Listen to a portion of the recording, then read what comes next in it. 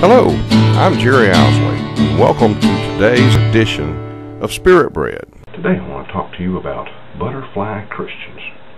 Look, it's a monarch, exclaimed our daughter. School had just started, the weather was still warm, and in our biology class the teacher had them gathering monarch butterfly larvae and raising them into butterflies. I guess raising them is not the right choice of words. All they really had to do was to make sure that they had their ample supply of milkweed leaves, and the worm did the rest. The first one did wonderfully. It ate until it grew to just the right size, spun its chrysalis, and a few days later emerged as a beautiful monarch butterfly.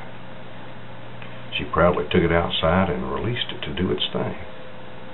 The second one, however, was a different story. It too ate its share of milkweed leaves and grew from a tiny speck on the leaf into a large worm until the time came for it to form its own chrysalis. The days passed, and we knew that the time was approaching for it to emerge. It happened when we were away from home. She hadn't done anything differently with the second one that she hadn't done with the first one. A paper towel lined the bottom of the plastic container with the milkweed leaves on top of that. She had punched holes in the top of the container to allow a flow of fresh air. Everything was just as it had been with the first one.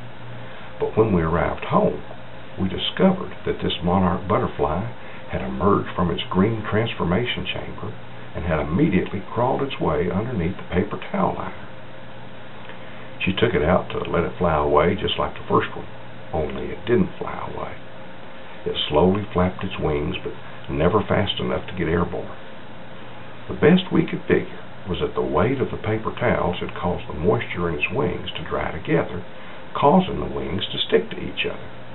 It couldn't fly. She felt terrible about it, but as she went over the process in her mind, she knew she hadn't done anything wrong. The only difference was that the butterfly hid under the paper towel instead of flapping its wings so as to air dry them.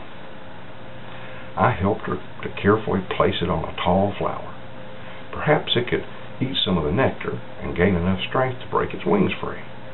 We checked on it periodically all through the day, but it never left the flower. The next morning it was still there. We figured sure that it was done for. But after a couple of hours, when we checked again, it was gone. One of two things had happened. Either the dew from the night before had re-moistened its wings, and as the sun dried up the dew, it freed them so it could take its natural flight, or it became breakfast for some passing by bird. We'll probably never know, but we hoped for the first scenario. As I pondered this situation, I was quickly reminded that these butterflies were symbolic of Christians.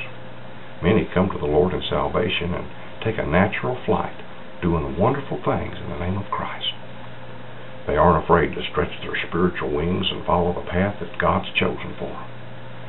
Some, however, come to the Lord, then crawl under what they think is a safe place, never realizing how much damage they've done to their own spiritual growth and welfare.